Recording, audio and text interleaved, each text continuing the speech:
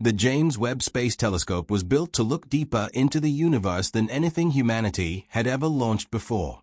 A golden eye floating nearly 1,000,000 miles from Earth, parked in the darkness at the L2 point, far beyond the noise of our planet, staring into light that began its journey before Earth even existed. But some of the things Webb has seen do not feel like ordinary discoveries. They feel like warnings. A distant galaxy, shining too clearly from the childhood of the universe.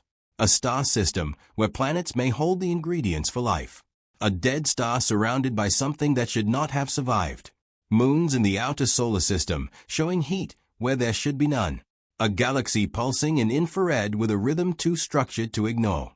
And a mysterious star dimming as if something massive, flat, and artificial were passing in front of it. For decades, we believed the universe was silent, cold, and indifferent. But Webb is forcing us to ask a darker question. What if the universe was never empty? What if the farther we look, the more we realize that space is filled with patterns we do not yet understand?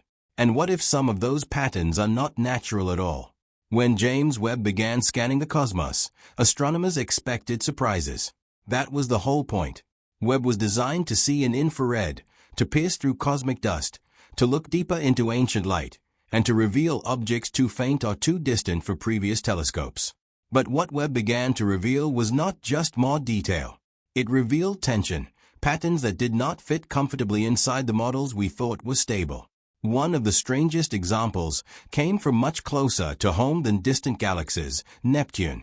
This cold blue planet, orbiting in the outer shadows of the solar system, had long seemed quiet and remote.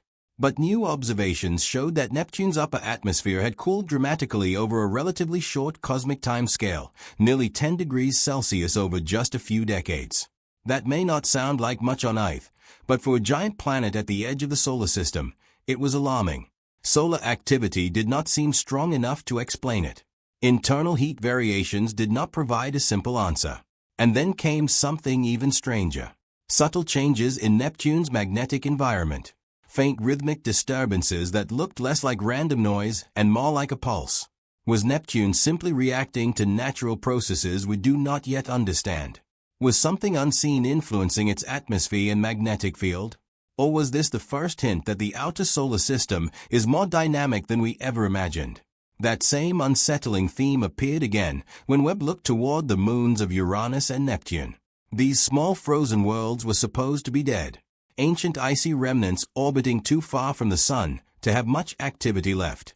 But infrared mapping suggested unexpected thermal signatures on moons such as Hippocamp and Despina. Heat in places where heat should have faded long ago. On their surfaces, Webb detected complex carbon compounds, possible organic precursors. The kind of chemistry that makes scientists stop and look twice. How can small icy moons orbiting in the deep cold maintain internal energy for billions of years? Radioactive decay and tidal heating may explain part of it, but the deeper question remains. How many worlds have we dismissed as dead simply because we never had the right eyes to see them? Webb is showing us that the solar system itself is not a finished story. It is still hiding heat, still hiding chemistry, still hiding motion in places we once called frozen and lifeless. And if that is true here in our own neighborhood, then what is waiting in distant galaxies? Then Webb turned its gaze toward one of the most famous planetary systems ever discovered, TRAPPIST-1.